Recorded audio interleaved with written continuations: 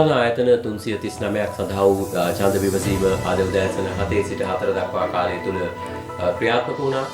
මේ වෙනකොට ඡන්ද විමසීම අවසන් වෙලා තිබෙනවා. පැටල සංවිධානය මේ මැතිවරණ නිරීක්ෂණය කිරීම සඳහා 3000ක පිරිසක් විස්තරගත නිරීක්ෂකයින් සහ ජංගම නිරීක්ෂකයින් ජංගම රථ 200ක් යොදවන්නට ක්‍රියා කළා.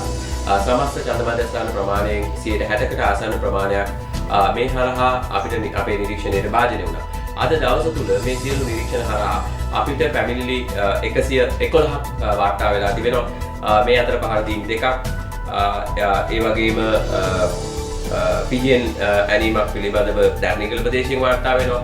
පහර දීම උත්තලම ප්‍රදේශයේ ඒ වගේම ඡන්දායකින් ප්‍රවාහනය කිරීම සිදුවීම් එකක්, ඡන්ද ආයාචනය කිරීම සිදුවීම් 38ක්, ප්‍රචාරණ කටයුතු සිදුවීම් 52ක් සහ නිවාඩු ලබා නොදීමට අදාළ සිද්ධීන් 4ක් මේ අතර වාර්තා වෙලා තිබෙනවා. ඒ වගේම අපි දන්නවා ආබාධ ප්‍රජාව සඳහා මැතිවරණ කොමිෂන් සභාව ඔවුන්ට පහසුකම් සැලසීම පිළිබඳව මේ ඡන්ද විමසීමේදී වෙනත් මැතිවරණ වලට සාපේක්ෂව විශාල උත්සාහයක් ගන්න ලැබුවා. ඒ වුණත් තවමත් සමහර මධ්‍යස්ථානවල මේ ප්‍රවේශ පහසුකම් පිළිබඳව නැවත අපිට සලකා බලන්නට සිද්ධ වෙනවා.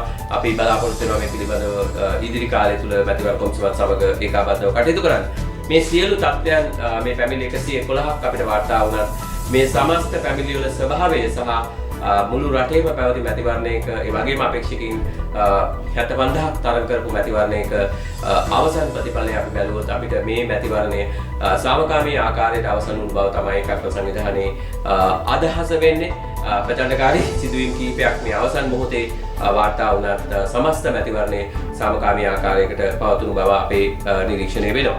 ඒ වගේම මේ මැතිවරණයේ පූර්ව කාලය පිළිබඳව නිහඬ කාල සීමාව සලකලා බැලුවත් මැතිවරණයේ දිනත් ඇතුළුව පෙර මැතිවරණයට සාපේක්ෂව ඉතාම සාධනීය දේශපාලන තත්ත්වයන් මේ මැතිවරණය තුලත් අපි අත් කරගෙන තිබෙනවා. විශේෂයෙන්ම අවධාරණය කරන්නට අවශ්‍යයි රාජ්‍ය බලය සහ රාජ්‍ය දේපල සංවිධානාත්මකව භාවිතා කිරීම මේ මැතිවරණයේදී අපිට නිරීක්ෂණය වුණේ නැහැ.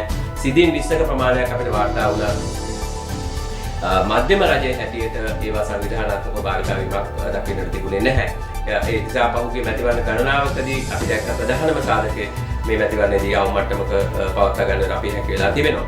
ඒ වගේම ප්‍රචණ්ඩකාරී සිද්ධීන් සලකලා බැලුවත් සංඛ්‍යාත්මකව සහ සිද්ධීන් වල ස්වභාවය ගත්තොත් ඒ ප්‍රමාණය ක්‍රමිකව අඩු වෙලා තිබෙනවා. ඒ වගේම ඡන්දදායකයින්ට සංග්‍රහ කිරීම පූර්ව මැතිවරණ කාලයේ ගත්තොත් ඒවත් ස්වභාවය සහ ප්‍රමාණය ගත්තොත් සැලකියුතු මට්ටමකට අඩු වෙලා තියෙනවා. මොකද අපි දැක්ක 2018 මැතිවරණයේදී එක අපේක්ෂකෙක් කෝටි 4ක පමණ මුදල් ප්‍රමාණයක් වේදන් කළා එක කොට්ටාසයක් ජයග්‍රහණය කරන්න.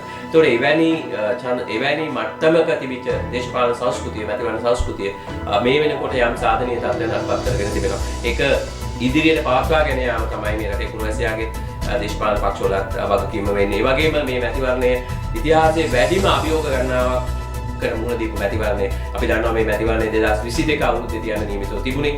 හැබැයි එවකට දේශපාලන බලය පුරවපු කණ්ඩායමට මේ මැතිවරණය ප්‍රමාද කිරීමේ අවශ්‍යතාවයක් තිබුණා.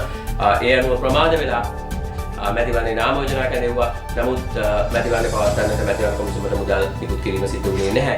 ඒ වගේම ඉන් අනතුරුව මේ නාම යෝජනා අවලංගු කරලා අලුත් නාම යෝජනා හැදවු අවස්ථාවේදී ඉතිහාසයේ වැඩිම නඩු ප්‍රමාණයක් වටු මැතිවරණයේ හැටියට නැත්නම් වැඩිම නාම යෝජනා ප්‍රතිපත්ති ප්‍රමාණයක් ප්‍රතික්ෂේප වුණු මැතිවරණයක්, ඒ වගේම වැඩිම නඩු ප්‍රමාණයක් වටු මැතිවරණයක් හැටියට මේ මැතිවරණේ ඉතිහාසගත වෙනවා. මේ සියලු තත්ත්වයන් තුළ නැවත වරක් මේ මැයි මාසේ 6 වෙනිදා මේ පළාත් පාලන ආයතන 339ම ඡන්දයේ සාමකාමීව පවත්වා ගැනීමට ලැබීම මැතිවරණ කොමිසමත් ලැබපු ජයග්‍රහණයක්. යම් අඩුපාඩු ගණනාවක් අපි දැක්කත් සම්පූර්ණ මැතිවරණ ක්‍රියාවලිය ගත්තොත් ඉතාම සාධනීය මට්ටමක මේ මැතිවරණ ක්‍රියාත්මක වුණු බව තමයි අපේ අදහස වෙන්නේ. ඒ වගේම ඡන්දේ භාවිතා කිරීමේ යම්කිසි අඩුවක් මේ මැතිවරණයේදී අපි දකිනවා.